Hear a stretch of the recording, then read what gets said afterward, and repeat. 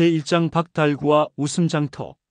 조선시대 어느 작은 마을, 5일장이 서는 날이면 사람들은 모두 한 사람을 기다렸습니다. 바로 박달구. 40살 총각으로 입단만큼은 온 마을에서 둘째가라면 서러워할 사람이었죠. 달구가 오면 장터가 시끄러워져. 하, 그래도 재미있잖아. 아낙네들은 벌써부터 웃음을 터뜨렸어요. 달구는 키가 작고 배가 나왔지만 한번 입을 열면 모든 사람이 배꼽을 잡았거든요. 여러분, 안녕하십니까? 오늘도 멋진 장터 구경 나오셨네요. 달구가 나타나자 사람들이 모여들었습니다. 그의 등장만으로도 장터 분위기가 확 바뀌었어요. 달구야, 오늘은 또 무슨 재미있는 이야기를 해줄 거니? 아이고, 기대하지 마세요. 저는 그냥 장사나 하러 왔어요. 달구는 겸손하게 말했지만 눈빛은 이미 장난기로 반짝였어요. 그때 한 아주머니가 울상을 하며 다가왔습니다. 달구야, 나 좀 도와줘. 우리 영감이 술만 먹고 집에 안 들어와. 어머, 그게 문제가 아니에요. 달구가 큰 소리로 말했습니다. 문제는 영감님이 집에 들어오시는 거죠. 안 들어오시니까 얼마나 조용하고 평화로워요. 이 사람아. 아주머니는 어이가 없었지만 주변 사람들은 박장대소했어요. 농담이고요, 농담. 해결책이 있어요. 달구가 진지하게 말했습니다. 영감님이 좋아하는 안주를 장터에서 사서 집 앞에 놓아두세요. 그리고 쪽지를 하나 붙이는 거예요. 이 안주를 먹으려면 집에 들어와서 먹으라 하고요. 그럼 정말 들어올까? 안 들어오면 고양이가 먹겠죠? 그럼 고양이라도 살이 찌니 좋잖아요. 사람들이 또 웃음을 터뜨렸어요. 아주머니도 결국 웃고 말았습니다. 달구야, 넌 정말 말이 안 되는 소리만 해. 그런데 신기하게도 며칠 후 그 아주머니가 웃으며 달구를 찾아왔어요. 달구야, 정말 고마워. 영감이 안주 냄새 맡고 집에 들어왔어. 정말요? 하, 다행이네요. 달구도 기뻐했어요. 농담 같던 방법이 실제로 통한 거였죠. 이번에는 한 총각이 시무룩한 얼굴로 다가왔습니다. 달구 형님, 저 때문에 고민이 생겼어요. 무슨 고민인데? 제가 좋아하는 처자가 있는데 말을 걸 용기가 안 나요. 달구는 턱을 만지며 생각했어요. 아, 그거 쉬워요. 처자 앞에서 일부러 넘어지세요. 네? 넘어지면 처자가 걱정해서 다가올 거 아니에요. 그때 당신의 아름다움에 넘어졌습니다 하고 말해보세요. 헉, 그런 민망한 말을. 민망하면 성공하는 거예요. 처자도 웃을 테니까. 주변 사람들이 배를 잡고 웃었어요. 총각은 얼굴이 빨개졌지만 달구의 말에 용기를 얻은 듯 했습니다. 정말 해볼까요? 당연하죠. 사랑은 용감한 자의 것이에요. 그날 오후 정말로 그 총각이 처자 앞에서 일부러 넘어졌다는 소문이 돌았어요. 그리고 놀랍게도 두 사람이 함께 웃으며 이야기하는 모습이 목격되었죠. 달구야, 너 정말 대단해. 운이 좋았을 뿐이에요. 운이. 달구는 겸손하게 말했지만 속으로는 뿌듯했어요. 이번에는 할머니 하나가 한숨을 쉬며 다가왔습니다. 달구야, 우리 손자가 공부는 안 하고 놀기만 해. 어떻게 하면 좋을까? 달구가 고개를 끄덕였어요. 할머니, 손잡은 나이가 어떻게 되시죠? 10살이야. 아, 그럼 문제 없어요. 놀 때가 놀아야 나중에 공부할 때 제대로 하죠. 지금 공부만 하면 나중에 놀고 싶어서 공부를 안 할 거예요. 그런가? 게다가 놀면서 배우는 게 많아요. 친구들과 어울리는 법, 세상 돌아가는 이치. 이런 것도 중요한 공부예요. 할머니의 표정이 밝아졌어요. 그러고 보니 우리 손자가 친구들과 잘 어울리긴 해. 그럼 된 거죠. 할머니가 너무 걱정하지 마세요. 손자는 할머니 사랑받으며 잘 클 거예요. 할머니는 고개를 끄덕이며 돌아갔어요. 얼굴에 웃음이 가득했습니다. 해가 기울어갈 무렵 장터에 모인 사람들이 달구에게 말했어요. 달구야, 내가 있어서 우리 마을이 참 즐거워. 맞아, 내 덕분에 웃음이 끊이지 않는다. 달구는 부끄러워하며 손사래를 쳤어요. 아니에요. 여러분이 제 말을 재미있게 들어주시니까 제가 신이 나는 거죠. 그래도 고마워. 내가 우리 고민을 들어주고 웃게 해줘서 달구의 눈이 촉촉해졌어요. 사람들이 자신을 이렇게 좋아해 주니까 가슴이 따뜻했거든요. 저야말로 고마워요. 여러분이 있어서 제가 이렇게 재미있게 살 수 있는 거예요. 그때 한 아이가 달구에게 달려왔어요.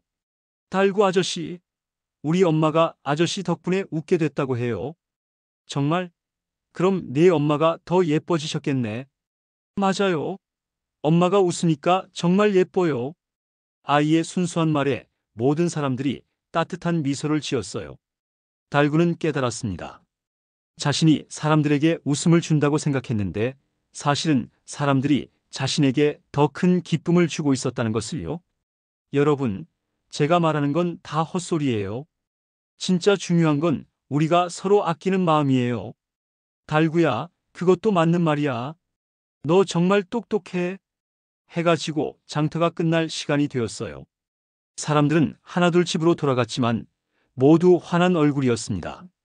달구도 짐을 정리하며 혼자 중얼거렸어요. 오늘도 참 좋은 하루였다. 그의 마음은 사람들의 웃음소리로 가득했어요. 내일 또 장터에서 만날 사람들을 생각하니 벌써부터 기대가 되었습니다. 박달구, 작은 키에 배 나온 총각이지만 그의 따뜻한 마음과 재치는 온 마을 사람들의 보물이었어요. 웃음은 나누면 나눌수록 커진다는 것을 그는 몸소 보여주고 있었습니다. 제2장 달빛 아래 기러기 편지 한양에서 과거 공부를 하던 선비 이문수는 고향 전라도 구례에 아내 춘향을 두고 온 지 벌써 3년이 되었습니다. 26살의 문수는 매일 밤 달을 보며 아내를 그리워했어요. 춘향아, 잘 지내고 있느냐?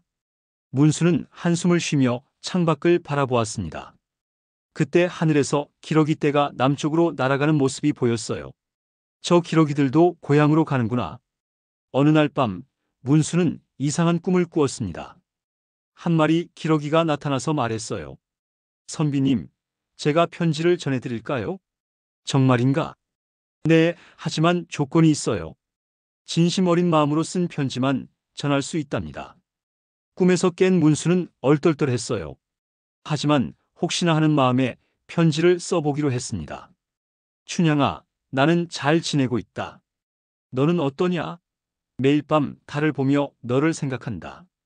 곧 과거의 급제에서 돌아갈 테니 조금만 더 기다려다오. 문수는 편지를 정성스럽게 써서 창가에 놓았어요. 그리고 하늘을 향해 중얼거렸습니다. 기러기야, 부탁한다. 이 편지를 우리 춘향이에게 전해다오. 신기하게도 다음날 아침 편지가 사라져 있었어요. 혹시 정말로? 문수는 반신반의했지만 마음 한편으로는 기대했습니다. 한편 구례에서는 춘향이 시어머니와 함께 살며 남편을 기다리고 있었어요. 23세 춘향은 날이 갈수록 야위어 갔지만 남편에 대한 믿음을 잃지 않았습니다. 어머님, 문수는 언제쯤 돌아올까요? 조금만 더 기다려보자꾸나. 공부 잘하니까 꼭 급제할 거야. 시어머니는 며느리를 위로했지만 속으로는 걱정이 컸어요. 그날 밤 춘향이 마루에 앉아 달을 보고 있는데 이상한 일이 일어났습니다. 기러기 한 마리가 마당에 내려앉더니 발에 무언가를 물고 있었어요. 어머, 저게 뭐지? 춘향이 가까이 가보니 조그만 편지였습니다. 놀라서 편지를 펼쳐보니 남편의 글씨였어요. 문수야. 춘향은 눈물을 흘리며 편지를 읽었습니다. 남편이 자신을 그리워하며 열심히 공부하고 있다는 소식에 가슴이 뛰었어요. 어머님, 문수에게서 편지가 왔어요. 뭐라고? 그럴 리가. 시어머니도 편지를 보고는 깜짝 놀랐습니다. 정말 우리 문수 글씨네. 그런데 어떻게 이런 일이? 춘향은 기러기를 바라보며 말했어요. 고마워, 기러기야. 우리 문수 편지를 가져다 줘서. 기러기는 고개를 끄덕이는 듯 하더니 다시 하늘로 날아갔습니다. 춘향도 답장을 써서 기러기에게 부탁했어요. 문수야, 나도 잘 지내고 있어. 어머님도 건강하시고. 내가 공부에 집중할 수 있도록 집안일은 걱정하지 마. 나는 내가 돌아올 때까지 기다릴게. 다음 날 정말로 기러기가 나타나서 편지를 가져갔어요. 그렇게 문수와 춘향은 기러기를 통해 편지를 주고받기 시작했습니다. 한 달에 한 번씩 보름달이 뜰 때마다 기러기가 나타났어요. 춘향아, 요즘 공부가 잘 되고 있다. 내 편지를 받으니 힘이 난다. 문수야, 나도 내 소식을 들으니 하루하루가 견딜만 해. 몸 건강히 지내렴. 편지를 주고받으며 두 사람의 마음은 더욱 가까워졌어요. 물리적으로는 멀리 떨어져 있었지만 마음만큼은 늘 함께였습니다. 어느 날 문수가 편지에 썼어요. 춘향아, 내년 봄 과거 시험을 볼 예정이다. 꼭 급제해서 너에게 돌아가겠다. 춘향도 답장했습니다. 문수야, 나는 내가 꼭 성공할 거라고 믿어. 우리의 사랑이 하늘도 감동시켰으니까 분명히 좋은 결과가 있을 거야. 시간이 흘러 드디어 과거 시험 날이 다가왔습니다. 문수는 시험장에 들어가기 전 마지막 편지를 썼어요. 춘향아, 오늘이 시험 날이다. 내가 보내준 사랑과 응원을 힘삼아 최선을 다하겠다. 시험을 치르는 동안 문수는 춘향의 얼굴을 떠올렸습니다. 아내의 사랑과 믿음이 그에게 용기를 주었어요. 며칠 후 합격자 명단이 발표되었습니다. 문수의 이름이 당당히 올라 있었어요. 합격이다. 춘향아, 드디어 합격했다. 문수는 즉시 편지를 썼습니다. 춘향아, 급제했다. 이제 고향으로 돌아가겠다. 곧 만날 수 있어. 기러기가 이 소식을 구례로 전했을 때 춘향과 시어머니는 기쁨의 눈물을 흘렸어요. 정말이야? 우리 문수가 급제했다고? 그럼요, 어머님. 이제 곧 돌아와요. 문수가 고향으로 돌아오는 날, 온 마을 사람들이 나와서 환영했습니다. 3년 만에 만난 부부는 서로를 꼭 껴안았어요. 춘향아, 기다려줘서 고마워. 문수야, 잘 돌아왔어. 정말 수고했어. 그날 밤 두 사람이 달을 바라보고 있는데 기러기 한 마리가 날아왔습니다. 그동안 편지를 전해준 그 기러기였어요. 기러기야, 고마워. 내 덕분에 우리가 이렇게 만날 수 있었어. 기러기는 두 사람을 바라보더니 만족스러운 듯 울음소리를 내고 하늘로 사라졌습니다. 문수는 관리가 되어 백성들을 위해 일했고 춘향은 현명한 관리 부인이 되었어요. 두 사람은 평생 서로를 아끼며 살았습니다.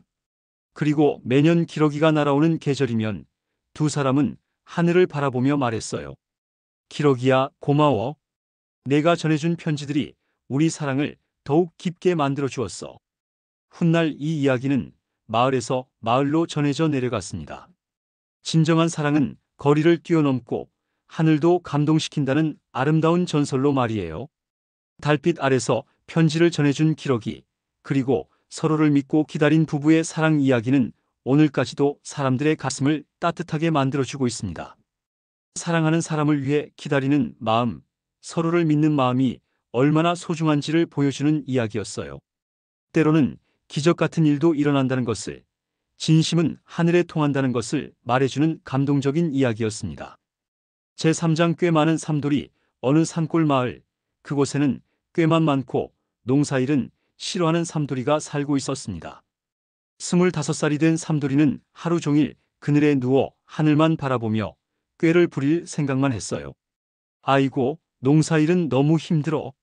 쉽게 살 방법이 없을까? 삼돌이는 매번 이렇게 중얼거렸습니다. 마을 사람들은 그런 삼돌이를 못마땅해 했어요. 저 녀석 또 일 안 하고 빈둥거리네. 부모님이 불쌍해. 저런 아들을 뒀으니. 하지만 삼돌이는 아랑곳하지 않았습니다. 오히려 더 교묘한 방법을 생각해냈어요. 어느 날 아침 삼돌이가 마을 어귀에서 큰 소리로 외쳤습니다. 큰일 났어요. 우리 밭에 호랑이가 나타났어요. 마을 사람들이 놀라서 모여들었어요. 뭐? 호랑이라고? 어디서 본 거야? 삼돌이는 거짓 눈물까지 흘리며 말했습니다. 저희 집밭 근처에서 봤어요.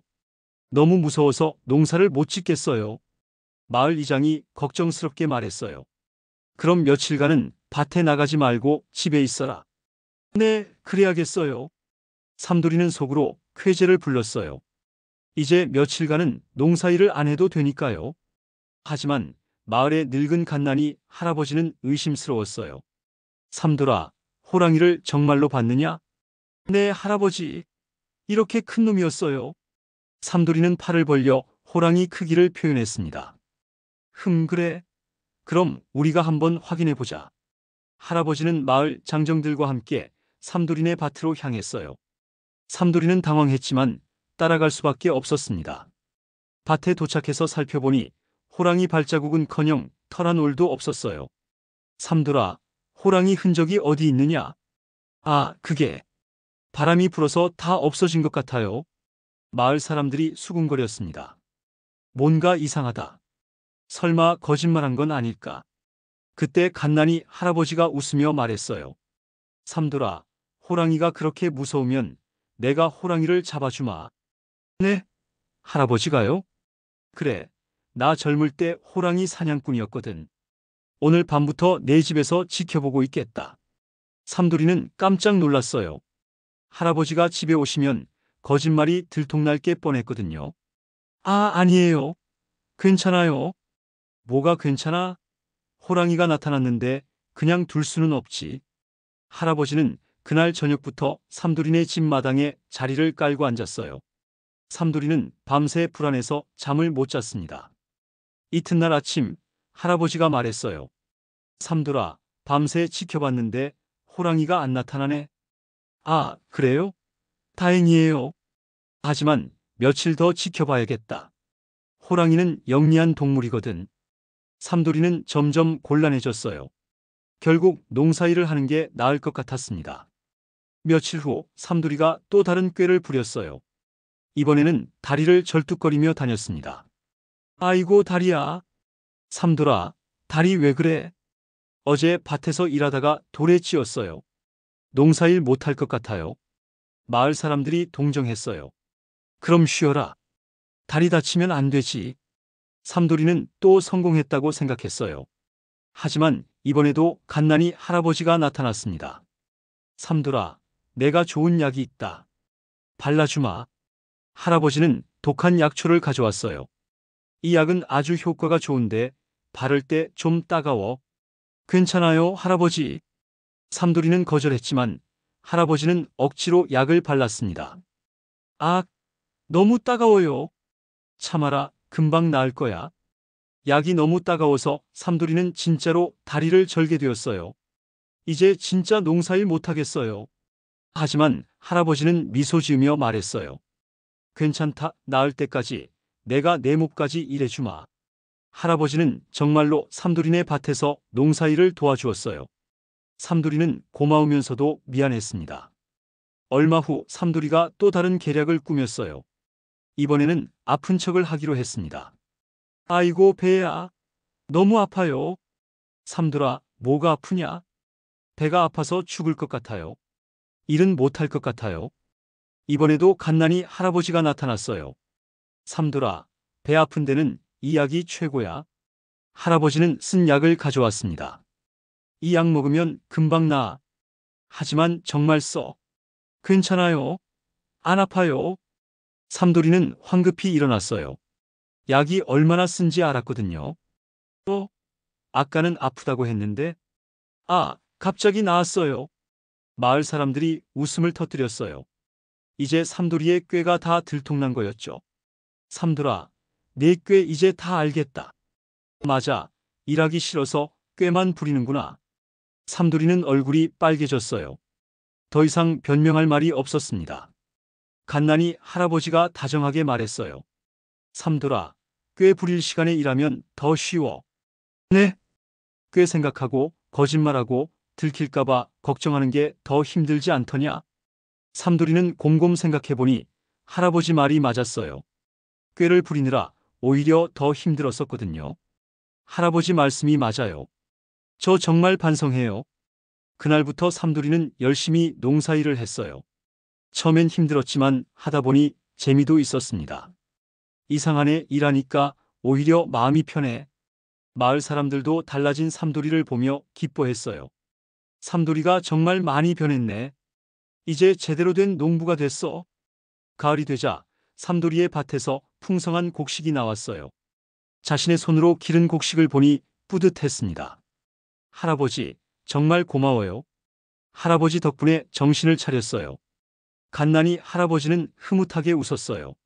삼돌아, 꽤 부리는 것보다 정직하게 사는 게 훨씬 편하지? 네, 이제 알겠어요. 그해 추수감사제에서 삼돌이는 마을 사람들 앞에서 말했어요. 여러분, 그동안 꾀만 부려서 죄송했어요. 앞으로는 열심히 살겠습니다. 마을 사람들이 박수를 쳐주었어요.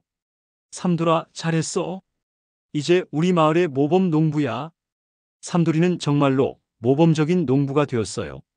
그리고 종종 젊은 사람들에게 말해 주었습니다. 꾀 부리지 말고 정직하게 살아라. 그게 제일 편한 거야. 꾀만 많던 삼돌이는 이제 지혜로운 사람이 되었어요. 갓난이 할아버지의 따뜻한 가르침 덕분에 진짜 행복을 찾을 수 있었습니다. 꾀보다는 성실함이, 거짓말보다는 정직함이 결국 더 큰 행복을 가져다 준다는 교훈과 함께 말이에요.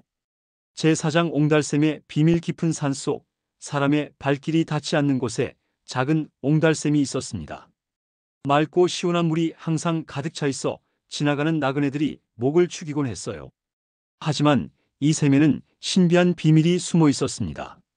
어느 가을날 약초를 캐러 산에 올라온 철수가 목이 말라 샘을 찾았어요. 40살의 철수는 마을에서 약방을 운영하며 가난한 사람들을 돌보는 착한 사람이었습니다. 아, 목이 말라 죽겠네. 샘가에 도착한 철수는 깜짝 놀랐어요. 샘물이 온통 탁하고 거무스름했거든요. 이상하다. 이 샘물이 이렇게 더러웠나? 철수는 물을 마시지 못하고 그냥 돌아갈 수밖에 없었어요. 그런데 산길에서 다친 다람쥐를 발견했습니다. 어머, 이 작은 녀석이 다쳤네. 철수는 약초로 다람쥐의 상처를 치료해 주었어요. 다람쥐는 고마운 듯 철수를 바라보다가 숲속으로 사라졌습니다. 잘 나와라, 작은 친구야. 철수가 다시 샘가를 지나는데 이번에는 물이 맑게 변해 있었어요. 아까는 분명 더러웠는데. 신기해하며 물을 한 모금 마셔보니 꿀처럼 달고 시원했습니다. 그때 샘 뒤에서 누군가의 목소리가 들렸어요. 젊은이, 잠깐. 돌아보니 흰 수염에 도포를 입은 신비한 노인이 서 있었습니다. 누구세요? 나는 이 샘을 지키는 늙은이다. 노인의 눈빛이 깊고 따뜻했어요. 이 샘은 특별한 샘이란다. 선한 마음을 가진 사람에게만 맑은 물을 내어준다. 그런 게 어떻게 가능하죠? 자네가 다람쥐를 도와준 것을 보았다. 그래서 샘이 자네를 받아들인 거야. 철수는 놀라면서도 신기했어요. 정말 신통한 일이네요. 노인이 미소 지으며 말했습니다. 앞으로도 종종 올 것 같으니 한 가지 부탁이 있다. 무엇이든 말씀하세요. 이 샘의 비밀을 함부로 알리지 말거라. 진짜 도움이 필요한 사람들만 이곳에 올 수 있도록. 철수는 고개를 끄덕였어요. 며칠 후 마을에 큰 가뭄이 들었습니다. 우물들이 모두 말라가고 사람들이 물 때문에 고생했어요. 철수야, 어디 좋은 샘 하는 데 없나? 마을 이장이 찾아와서 물었습니다. 글쎄요, 산에는 샘이 많은데. 철수는 옹달샘을 떠올렸지만 노인과의 약속 때문에 쉽게 말할 수 없었어요. 그런데 그날 밤 마을의 가난한 과부 순인의 아기가 열병으로 위험했습니다. 철수야, 부탁이야. 우리 아기가 물을 찾고 있어. 순이는 울며 철수에게 매달렸어요. 좋은 물이 있으면 아기가 나을 것 같아. 철수는 고민했지만 아기를 위해 순이를 데리고 옹달샘으로 향했습니다. 산길은 험했지만 순이는 아기를 품에 안고 묵묵히 따라왔어요. 샘에 도착했을 때는 밤이 깊었습니다. 물이 없어요. 샘이 바닥을 드러내고 있었어요. 순이는 절망했습니다. 아기야, 미안해. 그때 철수가 순이의 마음을 이해했어요. 이 어머니의 사랑이야말로 진정한 선함이라는 것을 말이죠. 순이야, 포기하지 마. 아기를 위한 내 마음이 진짜야. 철수의 말이 끝나자 신기하게 샘에서 물이 솟아나기 시작했어요. 맑고 깨끗한 물이 가득 찼습니다. 세상에, 이게 어떻게? 순이가 감동해서 눈물을 흘렸어요. 아기에게 물을 먹이니 열도 내리고 편안해졌습니다. 그때 다시 신비한 노인이 나타났어요. 잘했다, 철수야. 할아버지. 진정한 사랑 앞에서는 샘도 감동하는 법이지. 노인은 순이를 바라보며 말했습니다. 부인, 자네의 모성애가 샘을 움직였다. 순이는 깊이 절했어요. 고맙습니다. 정말 고맙습니다. 며칠 후 마을에 비가 내려 가뭄이 해결되었어요. 하지만 철수는 계속 옹달샘을 찾았습니다. 그때마다 도움이 필요한 사람들을 데리고 왔어요. 병든 할머니를 업고 온 효자 아들, 남편을 잃고 혼자 아이들을 키우는 젊은 과부, 부모 없는 고아들. 신기하게도 진정으로 도움이 필요한 사람들에게는 항상 샘물이 맑았어요. 하지만 욕심 많은 부자나 게으른 사람들이 오면 샘은 바닥을 드러냈습니다. 이상해, 분명 물이 있다고 했는데. 욕심쟁이 김진사가 투덜거리며 돌아갔어요. 할아버지, 샘이 정말 사람 마음을 아는 것 같아요. 철수가 신비한 노인에게 말했습니다. 이 샘은 수백 년 전부터 있었단다. 선한 사람들의 눈물과 기도가 모여서 만들어진 샘이지. 그래서 이렇게 신비한 거군요. 그래, 그리고 자네 같은 사람이 있어서 샘의 힘이 더욱 강해진다. 노인의 말에 철수는 가슴이 뜨거워졌어요. 어느 날 큰 상인이 하인들을 데리고 샘을 찾아왔습니다. 여기가 신통한 샘이라는 곳인가? 그런데 물이 없네요, 날이. 상인은 화를 냈어요. 거짓말쟁이들. 돈만 받고 엉터리 정보를 주다니. 그들이 떠나자 샘에서 다시 물이 솟았어요. 철수는 웃으며 말했습니다. 샘아, 너도 사람을 참 잘 본다. 그해 겨울 큰 눈이 와서 마을이 고립되었어요. 식량이 떨어지고 사람들이 굶주렸습니다. 철수는 옹달샘으로 향했어요. 혹시 샘물이 배고픔을 달래줄 수 있을까 싶어서였죠. 샘가에 도착하니 신비한 노인이 기다리고 있었어요. 할아버지, 마을 사람들이 굶고 있어요. 알고 있다. 그래서 준비했지. 노인이 손을 뻗자 샘 주변에 여러 가지 약초와 나물들이 자라났어요. 이걸 가져가거라. 마을 사람들과 나누어 먹으라. 철수는 감격해서 눈물을 흘렸어요. 할아버지는 대체 누구세요? 나는 이 산의 정령이라고 할까. 선한 사람들을 돕는 것이 내 일이지. 철수가 약초들을 가져가서 마을 사람들과 나누어 먹으니 모두 기운을 차렸어요. 철수야, 이 약초들이 어디서 난 거야? 그냥 산에서 찾은 거예요. 철수는 여전히 샘의 비밀을 지켰어요. 봄이 와서 눈이 녹자 철수는 다시 옹달샘을 찾았습니다. 하지만 이번에는 노인이 보이지 않았어요. 할아버지, 어디 계세요? 바람에 실려 노인의 목소리가 들려왔어요. 철수야, 이제 자네가 이 샘을 지켜야 한다. 저요? 자네의 선한 마음이 이 샘을 더욱 성스럽게 만들었다. 앞으로도 도움이 필요한 사람들을 이끌어 주거라. 그 후로 철수는 옹달샘의 새로운 수호자가 되었어요. 정말로 도움이 필요한 사람들만을 조용히 안내했습니다. 세월이 흘러 철수도 늙었지만 여전히 선한 마음을 가진 사람들을 위해 샘을 지켰어요. 그리고 때로는 어린 아이들에게 말해 주었습니다. 착하게 살면 언젠가는 도움을 받을 거야. 정말이에요, 할아버지. 그럼 세상에는 보이지 않는 곳에서 우리를 돕는 손길들이 많단다. 옹달샘은 오늘도 깊은 산속에서 맑은 물을 흘려보내고 있어요. 진정한 선함을 가진 사람들을 기다리면서 말이에요. 그리고 가끔 그 샘가에서 흰 수염의 노인과 따뜻한 미소를 짓는 철수의 모습을 볼 수 있다고 합니다. 선행은 결코 사라지지 않고 대대로 이어진다는 것을 그들이 보여주고 있는 거예요. 제5장 망태하라비의 약속. 옛날 어느 마을에서는 아이들이 말을 안 들으면 어른들이 이렇게 말했어요. 말 안 들으면 망태하라비가 잡아간다. 아이들은 무서워서 떨며 울음을 그쳤지만 정작 망태하라비를 본 사람은 아무도 없었답니다. 그런데 어느 날 정말로 망태하라비가 마을에 나타났어요. 키가 크고 누더기를 걸친 하라비가 등에 큰 망태기를 메고 마을 어귀에 서 있었습니다. 아이들은 기절할 뻔했어요. 어머, 진짜 망태하라비다. 엄마, 살려줘. 아이들이 울며 불며 집으로 뛰어갔어요. 어른들도 당황했습니다. 설마 정말 망태하라비가 있었던 건가? 아이들한테 겁주려고 한 말인데. 마을은 한순간에 조용해졌어요. 모든 문이 굳게 닫히고 아무도 밖으로 나오지 않았습니다. 망태하라비는 천천히 마을 안으로 걸어 들어왔어요. 그런데 이상한 일이 벌어졌습니다. 할아비가 지나가는 길마다 떨어진 쓰레기들이 말끔히 치워졌어요. 저게 뭘 하는 거지?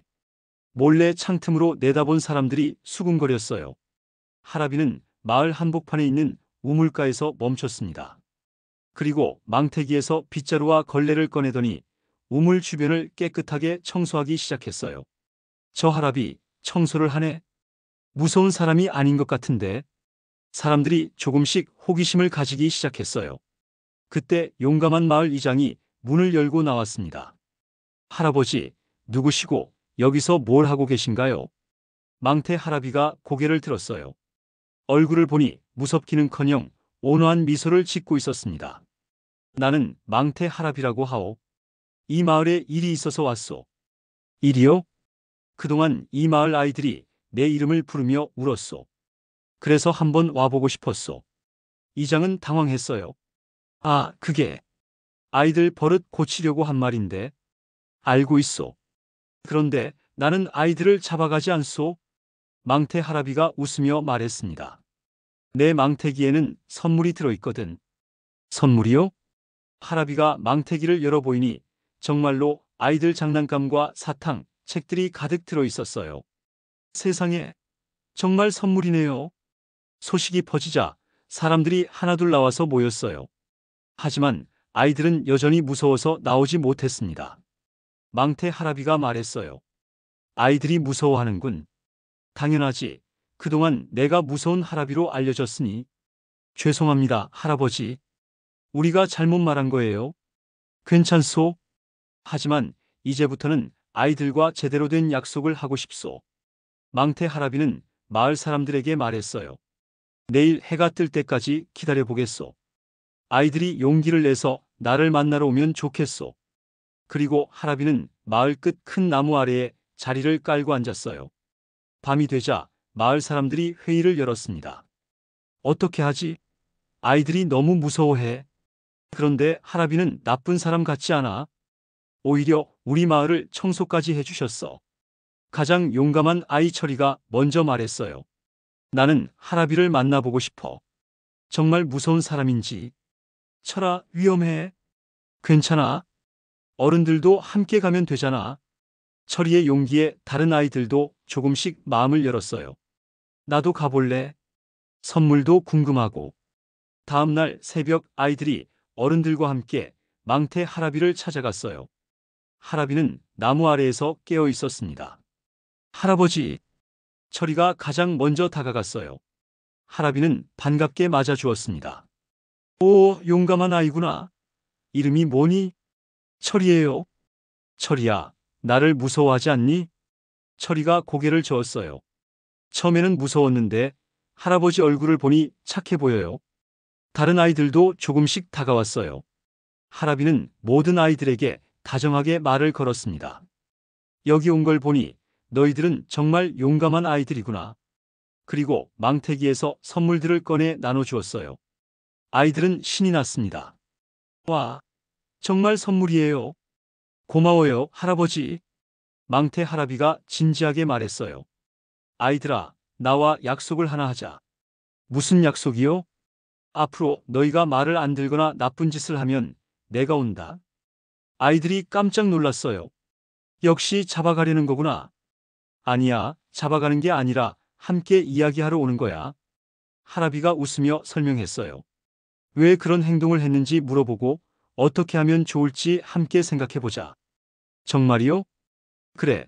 그리고 잘못을 깨닫고 고치면 선물도 줄 거야. 아이들의 눈이 반짝였어요. 우와. 그럼 할아버지는 무서운 사람이 아니라 친구예요. 맞아. 나는 너희들의 친구가 되고 싶어. 마을 어른들도 감동했어요. 정말 좋은 분이시네요. 아이들에게 이렇게 따뜻하게 대해주시다니. 망태 할아비가 마을 사람들에게 말했어요. 앞으로는 아이들을 겁주는 말 대신 왜 그래야 하는지 설명해 주세요. 네, 그렇게 하겠습니다. 그리고 아이들이 정말 말을 안 들으면 제게 편지를 보내세요. 제가 와서 이야기해 보겠습니다. 그날부터 마을이 완전히 바뀌었어요. 아이들은 망태 할아비가 온다는 무서운 말 대신 왜 그렇게 행동해야 하는지 이유를 들을 수 있게 되었습니다. 철이야, 동생을 때리면 안 돼. 동생이 아프잖아. 아, 그렇구나. 미안해. 그리고 정말로 아이들이 말을 안 들으면 망태 할아비가 찾아왔어요. 하지만 혼내는 게 아니라 차근차근 이야기를 나누었습니다. 영희야, 왜 숙제를 안 했니? 어려워서요. 그럼 할아비가 도와줄까? 함께 해보자. 이런 식으로 아이들과 대화하며 문제를 해결해 나갔어요. 한 달 후, 마을은 평화롭고 행복해졌습니다. 아이들은 더 이상 무서움 때문에 말을 듣는 게 아니라 이해하고 납득해서 올바르게 행동했어요. 할아버지, 정말 고마워요. 우리 마을에 와주셔서 감사해요. 망태 할아비도 기뻤습니다. 나도 너희들과 친구가 되어서 행복해. 어느 날 할아비가 작별 인사를 했어요.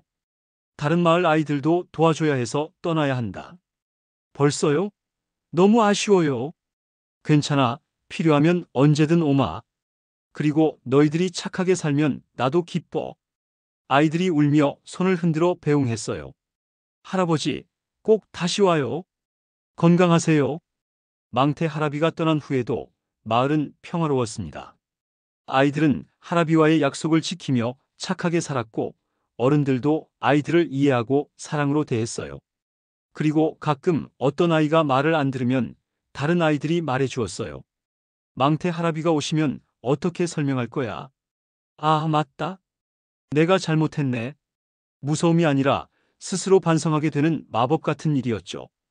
훗날 그 마을 아이들이 어른이 되어서도 자신의 아이들에게 말해 주었어요. 망태 할아비는 무서운 사람이 아니야. 우리를 사랑해서 올바른 길로 안내해 주시는 분이지. 정말이에요? 그럼 아빠도 어릴 때 할아비를 만났거든. 망태 할아비의 진짜 약속은 이것이었어요. 아이들을 사랑으로 이끌고 어른들에게는 올바른 교육의 방법을 알려주는 것. 그래서 세상이 조금씩 더 따뜻해지도록 하는 것이었답니다. 오늘도 어딘가에서 망태 할아비는 아이들과 약속을 지키며 살아가고 있을 거예요. 무서운 존재가 아니라 사랑과 이해로 아이들을 품어주는 따뜻한 친구로 말이에요. 제6장 잃어버린 집신 경상도 어느 산골 마을에 가난한 농부 만석이가 살고 있었습니다. 이름은 만석이지만 정작 한 석의 쌀도 없는 형편이었어요. 그나마 발에 신고 있던 집신 한 켤레가 그의 유일한 재산이었습니다. 아이고, 오늘도 발이 아파. 만석이는 낡고 해진 집신을 내려다보며 한숨을 쉬었어요. 집신은 여기저기 구멍이 나서 발가락이 다 보였지만 새로 살 돈이 없었습니다. 그래도 없는 것보다는 낫지. 만석이는 자족하며 장터로 일자리를 구하러 갔어요.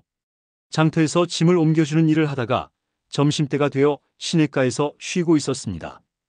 발이 너무 아파서 집신을 벗어놓고 발을 담갔어요. 아, 시원해. 그런데 잠깐 졸다가 깨어보니 집신이 한 짝밖에 없었어요. 내 집신이 어디 갔지? 급하게 찾아봤지만 한 짝은 온데간데 없이 사라졌어요. 아마 시냇물에 떠내려간 모양이었습니다. 아이고, 이를 어쩌나. 만석이는 머리를 쥐어뜯었어요. 집신 한 짝으로는 어떻게 할 수가 없었거든요. 한 짝만 신고 다닐 수도 없고. 고민하던 만석이는 결국 남은 집신 한 짝도 시내에 던져버렸어요. 차라리 둘 다 없는 게 낫겠어. 그리고 맨발로 집에 돌아갔습니다. 며칠 후 시내 하류에서 물레방아를 돌리던 방앗간 주인 김 씨가 이상한 것을 발견했어요. 이게 뭐지? 물레방아에 집신 두 짝이 걸려 있었어요. 하나는 낡고 해졌지만 하나는 비교적 깨끗했습니다. 누가 버린 건가? 그런데 이상하네. 한 쌍이 아니야. 김 씨는 집신을 자세히 살펴봤어요. 그런데 놀라운 것을 발견했습니다. 이게 혹시 해진 집신 바닥에 작은 구멍이 있었는데 그 안에 무엇인가 반짝이는 게 보였어요. 세상에. 조심스럽게 꺼내보니 작은 금덩어리였습니다. 이런 일이 다 있나? 김 씨는 깜짝 놀랐어요. 그런데 더 놀라운 일이 있었습니다. 다른 집신에서도 은전이 나온 거예요. 도대체 누가 이런 집신을 신고 다녔을까? 김 씨는 금덩어리와 은전을 보며 생각했어요. 분명히 주인이 따로 있을 텐데 그냥 가져도 되는 걸까? 아니야. 주인을 찾아서 돌려줘야 해. 김 씨는 착한 마음을 가진 사람이었어요. 그래서 마을마다 돌아다니며 물어봤습니다. 혹시 집신 잃어버린 분 있나요? 하지만 아무도 자기 집신이라고 하지 않았어요. 사람들은 오히려 김 씨를 이상하게 봤습니다. 낡은 집신을 찾아다니다니 저 사람 이상해. 그냥 버리면 될 텐데. 김 씨는 포기하지 않고 계속 찾아다녔어요. 그러다가 만석이가 사는 마을에 도착했습니다. 혹시 여기 집신 잃어버린 분 계신가요? 마을 사람들이 고개를 저었어요. 글쎄 모르겠는데. 그때 한 아주머니가 말했어요. 아, 만석이가 며칠 전에 집신 잃어버렸다고 맨발로 다니더라. 정말요? 그분 어디 계세요? 김 씨는 만석이를 찾아갔어요. 만석이는 맨발로 밭일을 하고 있었습니다. 실례합니다. 혹시 며칠 전에 집신 잃어버리셨나요? 만석이가 고개를 들었어요. 네, 맞아요. 그런데 왜 그러시죠? 김 씨가 집신 두 짝을 보여주었어요. 이게 대 것인가요? 만석이는 깜짝 놀랐어요. 맞아요. 이게 제 집신이에요. 어떻게 찾아주셨어요? 김 씨는 자초지종을 설명했어요. 그리고 금덩어리와 은전도 보여주었습니다. 이것들이 집신에서 나왔는데 대 것인가요? 만석이는 더욱 놀랐어요. 아니요. 저는 그런 거 본 적 없어요. 제가 아는 건 그냥 낡은 집신뿐이에요. 김 씨가 의아해했어요. 그럼 이게 어디서 온 걸까요? 그때 마을에 늙은 할머니가 다가왔어요. 어디 보자. 할머니는 금덩어리를 자세히 살펴봤어요. 아, 이거구나. 뭔가요, 할머니? 이건 산신령의 선물이야. 할머니가 설명했어요. 옛날부터 전해오는 말인데 진짜 가난하지만 마음 착한 사람이 자신의 것을 남을 위해 포기하면 산신령이 복을 준다고 해. 그럼 만석이가 집신 한 짝을 잃었을 때 나머지 한 짝도 버린 거 알아? 누군가 한 짝만 주워가도 신을 수 있게 하려고. 사람들이 감탄했어요. 와, 그런 마음씨가 있었구나. 만석이는 부끄러워했어요. 아니에요. 그냥 한 짝만 있어도 소용없으니까. 그래, 그 마음이 바로 진짜 선함이야. 할머니가 미소 지었어요. 김 씨도 감동했어요. 그럼 이 보물들은 정말로 만석이 씨 것이네요. 아니에요. 제가 그런 값진 물건 가질 자격이. 만석이는 손사래를 쳤어요. 당연히 가질 자격 있어요. 김 씨가 단호하게 말했어요. 그리고 저도 이 보물을 찾아서 돌려드리려고 애썼으니 함께 나누면 어떨까요? 정말이에요? 네, 저 혼자만 가져가면 안 될 것 같아요. 두 사람은 보물을 반씩 나누기로 했어요. 하지만 만석이는 또 놀라운 제안을 했습니다. 김 씨, 이 돈으로 우리 마을에 방앗간 하나 더 지으면 어때요? 그럼 마을 사람들이 편할 텐데. 좋은 생각이에요.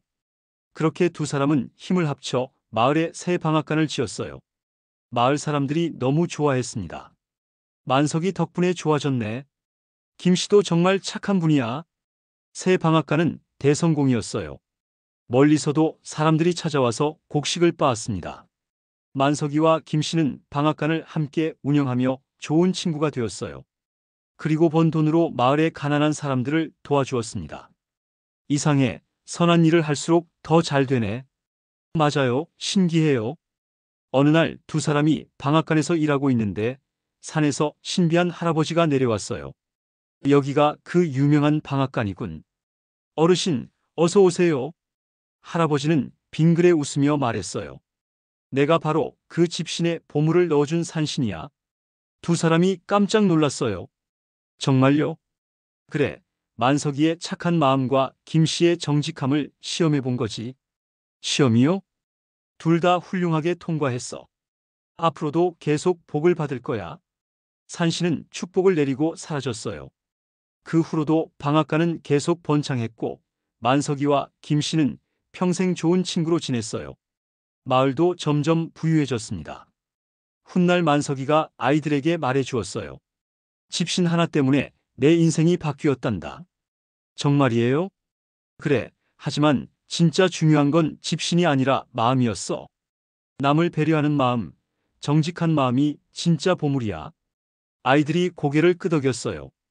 우리도 그런 마음을 가질게요. 만석이는 흐뭇하게 웃었어요. 작은 선행이 얼마나 큰 복을 가져다 주는지, 그리고 진정한 분은 나눌 때 더 커진다는 것을 몸소 보여준 이야기였습니다. 오늘도 그 마을에는 방앗간 소리가 정겹게 울려 퍼지고 있어요.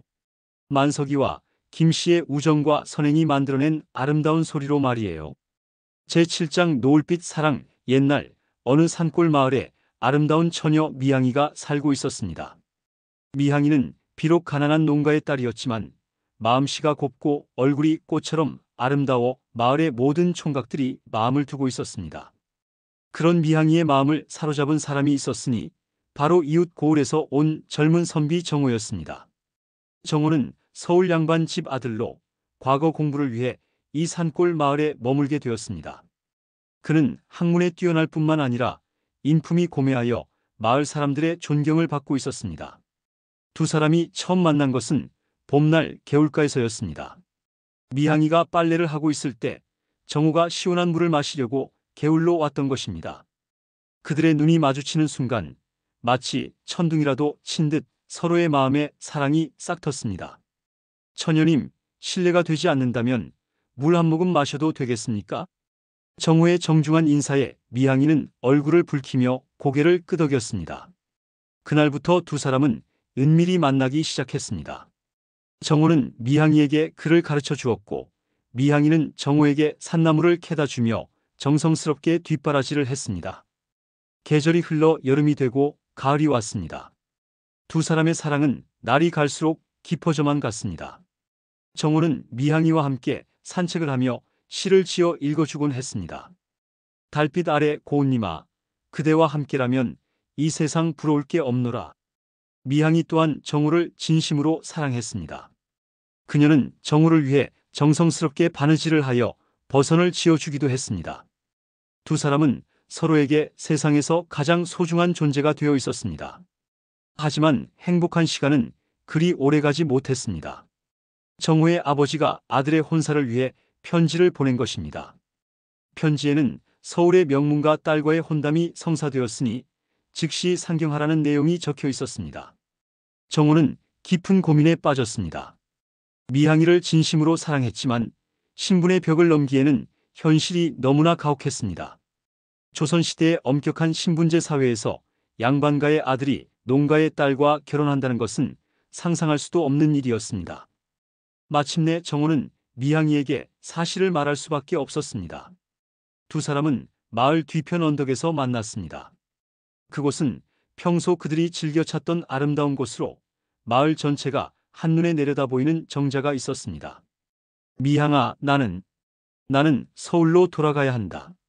정호의 말에 미향이의 얼굴이 창백해졌습니다. 그녀는 이미 예감하고 있었던 일이었지만 막상 듣게 되니 가슴이 찢어질 듯 아팠습니다. 도련님, 저도 알고 있었어요. 언젠가는 이런 날이 올 줄.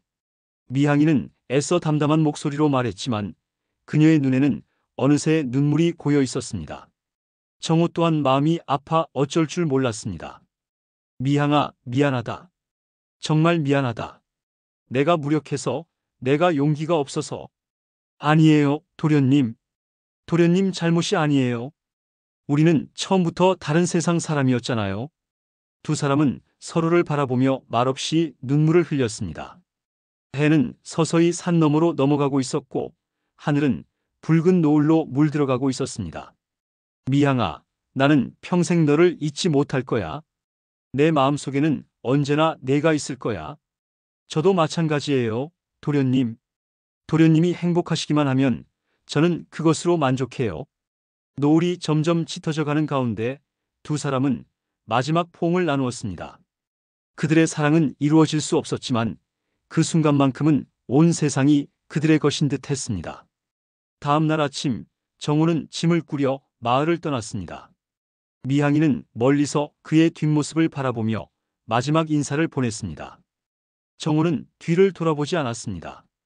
돌아본다면 다시는 떠날 수 없을 것 같았기 때문입니다. 그 후 미향이는 평생 혼인하지 않고 홀로 살았습니다. 마을 사람들은 그녀에게 여러 혼담을 제안했지만 미향이는 정중히 거절했습니다. 그녀의 마음속에는 여전히 정우가 살아있었습니다.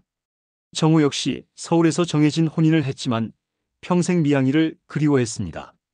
그는 종종 아내에게 들키지 않게 편지를 써보았지만 결국 보내지는 못했습니다. 그 편지들은 모두 서랍 깊숙이 감춰두었습니다. 세월이 흘러 두 사람 모두 세상을 떠났습니다. 미향이는 임종 직전까지도 정우의 이름을 부르며 생을 마감했고 정우 또한 마지막 순간에 미향이를 그리워하며 눈을 감았습니다. 마을 사람들은 두 사람의 안타까운 사랑 이야기를 후세에 전하며 그들이 마지막으로 만났던 언덕의 정자를 노을정이라고 부르게 되었습니다. 그리고 지금도 그 정자에서는 노을 질 무렵이면 두 사람의 영혼이 만나 함께 노을을 바라본다고 전해집니다. 진정한 사랑은 이루어지지 않는다고 해서 사라지는 것이 아닙니다. 오히려 시간이 흘러도 변치 않는 것이 진짜 사랑인지도 모릅니다. 미향이와 정우의 사랑처럼 말입니다. 제8장 도깨비와 술통. 옛날 어느 마을에 술을 유난히 좋아하던 주막 주인이 살고 있었습니다. 이름은 박만석이라 했는데 그는 아침에 눈을 뜨자마자 술 생각부터 하고 해가 저물기 전까지는 술동이를 들여다보지 않으면 견디질 못하는 사람이었지요. 만석이의 주막은 늘 사람들로 북적였습니다. 장에 다녀온 장꾼들이나 논밭에서 일 마친 농부들이 허리띠 풀고 술 한 잔 기울이며 하루의 고단함을 풀곤 했지요. 덕분에 주머니는 늘 두둑했지만 만석은 돈보다도 술맛에 취해 사는 사람이었습니다. 그런데 어느 날 기묘한 일이 벌어졌습니다. 달빛이 환한 보름날 밤이었는데 만석은 홀로 주막에 남아 술동이를 안고 있었지요. 히히히, 오늘은 장사도 잘 됐고 술맛도 좋구나. 에헤라디야 하며 곡조도 맞지 않는 노래를 부르고 있었는데 갑자기 문이 끼익하고 열리더니 커다란 그림자가 쑥 들어왔습니다. 만석은 놀라 눈을 크게 떴습니다. 그 자리엔 키가 장정 둘은 합쳐야 닿을 만큼 크고 눈은 석탄불처럼 번쩍이며 머리엔 뿔이 불쑥 솟은 도깨비가 서 있지 않겠습니까? 허허, 이 냄새 참 고소하구나. 술 냄새가 골짜기 끝까지 퍼져서 내가 그냥 못 지나가겠다. 도깨비가 주막 안으로 들어서며 술동이를 향해 코를 킁킁 댔습니다. 만석은 온몸이 얼어붙었지만 곧 술에 취한 기운이 용기를 내게 했습니다. 아, 도깨비님. 술이 고프시면 한 사발 드리고 가시지요. 도깨비는 껄껄 웃으며 자리에 털썩 앉았습니다. 술동이를 번쩍 들더니 큰 바가지로 가득 따라 단숨에 들이켰습니다.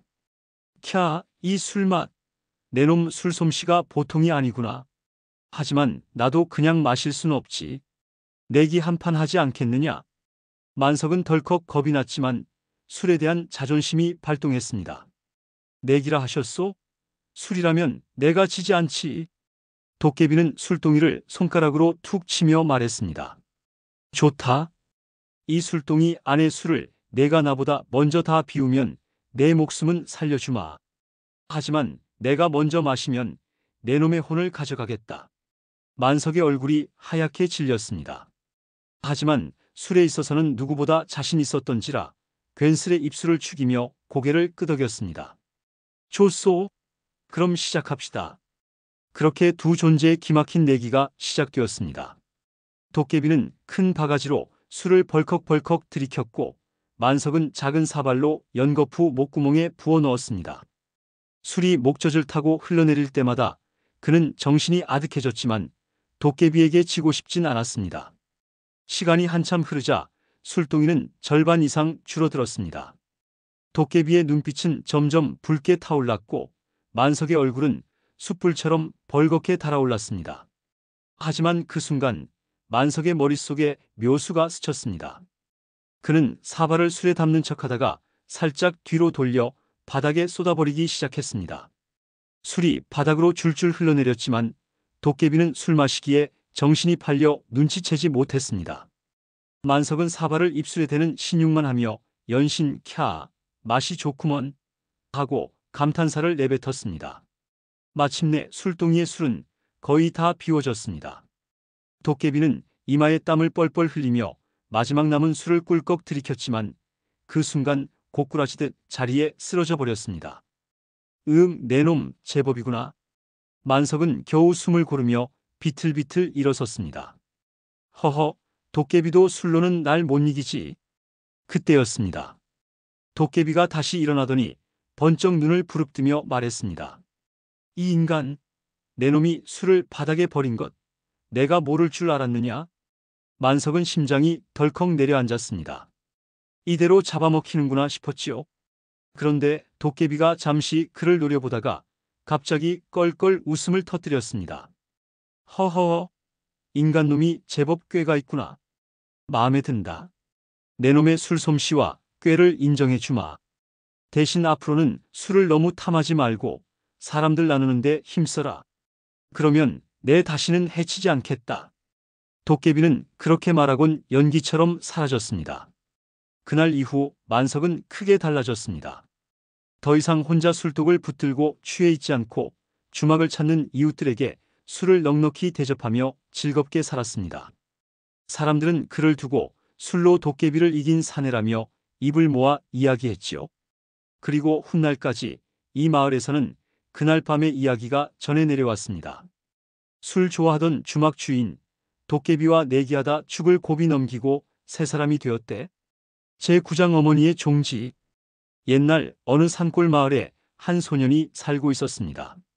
이름은 길수라 했는데 아버지는 일찍 세상을 떠나고 어머니와 단둘이 살았지요. 집안은 가난하여 끼니를 잇기도 힘들었지만 어머니는 언제나 아들에게 따뜻한 밥 한 그릇을 지어주려 애썼습니다. 길수가 8살 되던 해에 어머니는 오래 병환을 앓으시다 끝내 세상을 떠나셨습니다. 임종을 앞두고 어머니는 작은 찬장 속에서 반질반질 다른 밥 종지 하나를 꺼내어 아들에게 쥐어주셨습니다. 길수야, 이 종지는 내 할아버지 때부터 내려온 거란다. 우리 집안이 아무리 가난해도 밥 한 술 담아 서로 나누며 살아야 한다는 뜻이 담겨 있지. 내가 떠난 뒤에도 너는 이 종지를 잃지 말고 지켜다오. 어린 길수는 눈물로 종지를 받아들었습니다. 손바닥만 한 작은 사기 종지였지만 어머니의 마지막 말씀이 담긴 보물이었기에 무엇과도 바꿀 수 없었지요. 세월이 흘러 길수는 장정이 되었습니다. 그러나 가난은 여전했고 겨울이면 땔감이 모자라 추위에 떨었고 여름이면 흉년이 들어 허기를 면하기 어려웠습니다. 하지만 길수는 아무리 배가 고파도 그 종지만은 결코 팔지도 잃지도 않았습니다. 남들이 헐값이라도 사겠다고 해도 그는 고개를 저으며 말했습니다. 이건 어머니가 주신 마지막 유산입니다. 제겐 천냥보다 귀합니다. 마을 사람들은 처음엔 비웃었습니다. 종지 하나 지켜 뭐에 쓰나? 하지만 차츰 길수의 정성과 지극한 효심을 알게 되자 오히려 그 마음을 존중하기 시작했습니다. 어느 해 큰 가뭄이 들었을 때의 일이었습니다. 논밭은 갈라지고 사람들은 곡식이 없어 굶어 죽는 이도 생겼습니다. 길수 역시 며칠을 굶어 쓰러질 지경이었지요. 그날 밤 그는 어머니의 종지를 두 손에 꼭 쥔 채 흐느끼며 잠이 들었습니다. 어머니, 배가 너무 고픕니다. 그래도 이 종지는 놓지 않겠습니다. 부디 절 지켜주십시오. 그 순간 신기한 일이 벌어졌습니다. 새벽녘 종지 안에 이슬방울 같은 것이 차올라 곱디고 온 흰 쌀로 변해 있지 않겠습니까? 길수는 눈을 의심했지만 그 쌀로 밥을 지어 허기를 면할 수 있었습니다. 그 다음 날도 종지 안에는 언제나 먹을 만큼의 쌀이 차올랐습니다. 소문은 삽시간에 퍼져나갔습니다. 사람들은 처음엔 거짓말이라 했지만 길순의 초가집에 가본 이들은 모두 기이한 광경에 놀라 입을 다물지 못했습니다. 그제야 마을 사람들은 어머니 말씀의 깊은 뜻을 깨달았습니다. 가난 속에서도 지극한 효심을 잃지 않은 마음이 결국 하늘을 감동시킨 것이었지요. 이후 길수는 그 쌀을 혼자만 먹지 않았습니다. 굶주린 이웃들에게 조금씩 나누어 주며 살았습니다. 어머니가 늘 하시던 말씀처럼 밥 한 술이라도 나누면 복이 된다는 가르침을 잊지 않은 것입니다. 몇 해 뒤 그 마을에는 가뭄이 잦아들고 풍년이 찾아왔습니다. 길수의 집은 더 이상 특별한 쌀이 나오지 않았지만 그는 이미 넉넉히 살아갈 수 있는 사람들의 신뢰와 사랑을 얻어 있었습니다. 사람들은 그를 마을 원님처럼 존경하며 효심 깊은 사내 길수 덕분에 우리 마을이 복을 입었다라며 칭송했습니다. 그 종지는 여전히 길수의 찬장에 고이 모셔져 있었습니다. 닳고 금이 가 있었지만 그 안에는 어머니의 마음과 하늘이 내린 복이 담겨 있는 듯 빛나고 있었지요. 그래서 지금도 그 마을 어귀에선 이런 이야기가 전해집니다. 세상 무엇보다도 귀한 건 돈도 금은 보화도 아닌 부모님께 드리는 효심이라네. 효심을 지킨 자는 반드시 하늘이 도와준다네.